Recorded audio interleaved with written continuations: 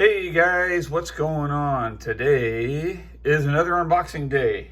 How about that?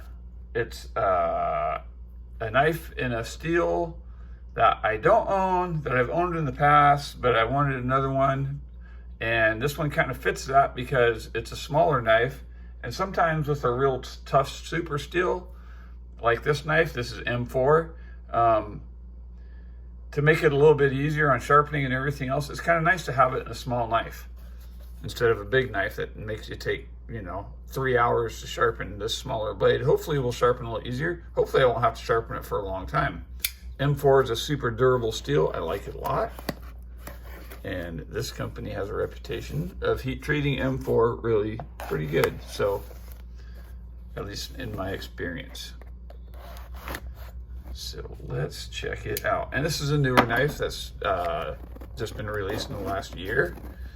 So maybe this will be in my end of the year great knives, whatever. And here it is. And as you can see, it is the Benchmade Full Immunity 290BK in a black box. I haven't had a new Benchmade in, oh my gosh, I can't even think of the last new Benchmade I've owned. It was a long time ago. Might be that 940 I showed you guys the other day. I don't know. And that was like 2016. So that's a long time. I've had trust issues with ordering Benchmades online because in my experience, I know other people say otherwise. Oh, by the way, I'm using the rock wall to open it. Their QC control, although everybody, or not everybody, but a lot of people say they're better, I don't know if that's my experience. I usually like to go to a store and pick one out. Anyway, this is the box you get with the paperwork in the box. Really nice. Benchmade always does nice boxes. Microfiber cloth bag. This one comes with a blue lanyard already attached. Yeah, anyway, it's always been my experience the best thing you can do is go to the store, and there it is, and it's kind of a blurple, blue and purple, which is kind of cool. Blue standoffs. Got you a little lanyard with a bead on there. And yes, it is as tiny as it looks. It is tiny, tiny. Let's do a size comparison to something. Here it is next to a Bic lighter, which is almost as big as the knife. But that's okay, because I kind of like small knives. Here it is next to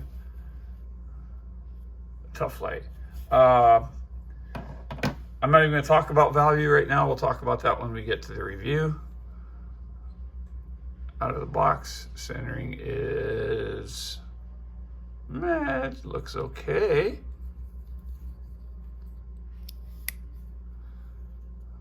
Oh yeah, very smooth.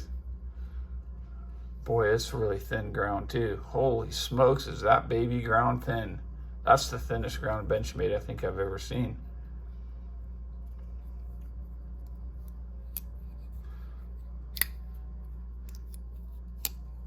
Probably not going to drop shut. And it's, for one, it's brand new, never been oiled, never been adjusted.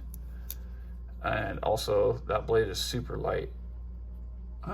Good to see you getting the centering out of Benchmade right out of the box. Pretty good. Let's see. No side to side, no up and down. That's great. Let's check that baby for sharpness. I just want to do it just because. Where is my notebook paper? Right here. Did they get this M4 sharp out of the box? One of the things that Benchmade had issues with for a long time is sharpening. This one actually looks pretty good.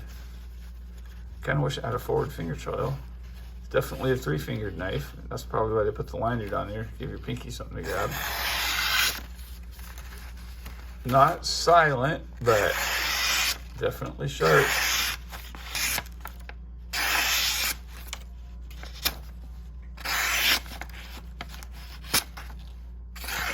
Pretty good. Pretty good. Has that kind of utility knife blade shape. It is not quite a Wharncliffe. It's got just a little bit of curve to it, which actually is kind of nice. The jimping's really nice. And yeah, for a little knife, it's actually pretty decent, It's gonna need some breaking in, open and closed about 100,000 times to get those washers worn in so it's a little bit smoother. Yeah, cute little pocket clip. So yeah, and like I said, when it comes to a steel like M4, I've had knives in M4. I think I had a great Gale Bradley by Spyderco, it was M4, and I had another Osborne design, but I don't remember what it was called. But Contigo, and it was M4. I'll tell you what, that Contigo, or was it the Contigo? I guess the Contigo wasn't too awfully bad, but that Gale Bradley to sharpen, oh my gosh, it took me forever. The heat treatment on that knife was really, really good, almost too good. But this shouldn't take long at all. And plus, man, it is, I think it's even thinner than this Rockwall, to tell you the truth. Boy, it's really close.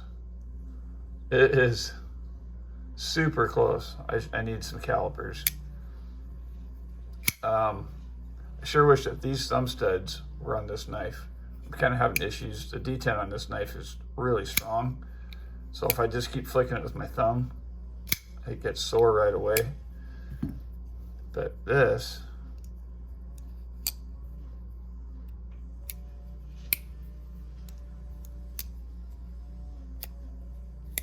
well, it's going to take some practice to get a good thwack on it.